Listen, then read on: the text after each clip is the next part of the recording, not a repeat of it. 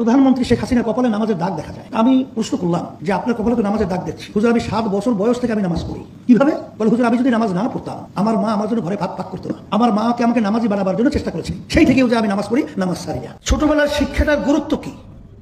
2024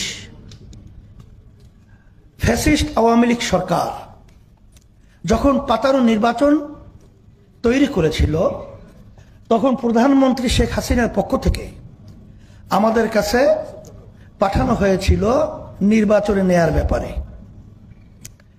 সেখানে প্রধানমন্ত্রীর পক্ষ থেকে যখন আমাকে নিয়ে বসবে, তখন আমি শর্ত লাগিয়েছিলাম যে তাদের নির্ধারিত প্রস্তাবিত জায়গায় আমি বসবো না, আমরা যেখানে বলবো সেখানে তাদের বসতে হবে। আমাদের প্রস্তাব মেনে তারা বসছিল। বসার পরে আমি দেখতেছিলাম যে তার কপালে নামাজের দাগ দেখা যায়। তা আমি প্রশ্ন করলাম যে আপনার কপালে তো নামাজের দাগ দেখছি, তাহলে তো মনে হয় আপনি নামাজ পড়েন। তখন সে বলতেছিল, হুজুর, আমি 7 বছর বয়স থেকে আমি নামাজ পড়ি। কিভাবে? বলে, হুজুর, আমি যদি নামাজ না পড়তাম আমার মা আমার জন্য ঘরে ভাত পাক করতো না। আমার মাকে আমাকে নামাজি বানাবার জন্য চেষ্টা করেছে, সেই থেকেও যে আমি নামাজ পড়ি, নামাজ ছাড়ি না। তখন আমি বলতেছিলাম, তাহলে তো আপনার সঙ্গে কথা বলতে ভাই ভাই হিসেবে আমার সাহস বেড়েছে। কিন্তু যদি ওই ঢাবি নির্বাচনের বিশেষ সামনে যে আচরণকারী, ওদের সামনে কথা বলার কোনো পরিবেশ থাকে না।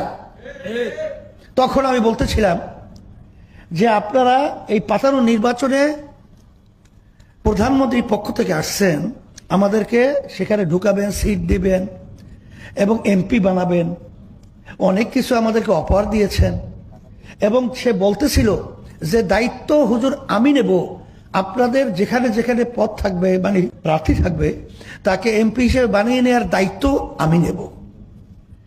আমি একটা হাস দিয়ে বলছিলাম যে একটা কথা আপনাকে বলি, শোনেন, যে বর্তমান সরকার কোন প্রেসক্রিপশনে চলে, ব্যাখ্যা আমি অত যাব না।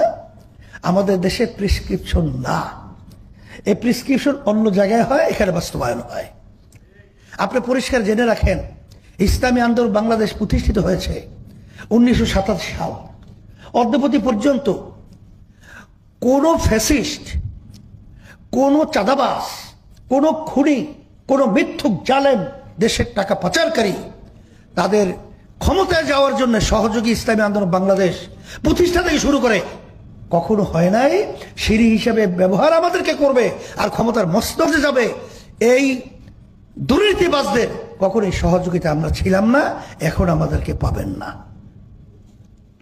এক পর্যায়ে বলতেছিলাম, যদি আমাদেরকে সরকার চাপ প্রয়োগের মাধ্যমে এর ভিতরে ঢুকিয়ে ফেলে, তাইলে এই দেশের পক্ষে, মানবতার পক্ষে, দেশের কল্যাণের পক্ষে কে কথা বলবে, কারা বলবে, সেরকম একটা আপনি দল বের করে দেন। তখন এক পর্যায়ে সে প্রশ্নের উত্তর না দিতে পেরে তখন বলছে, হুজুর, আপনাদের অবস্থানটা আমরা বুঝেছি, প্রধানমন্ত্রীকে এভাবেই বলবো। আলহামদুলিল্লাহ এরপর থেকে খুব একটা ডিস্টার্ব করে নেই, আমরা আল্লাহ মোটামুটি নিরিবিলি থাকছিলাম।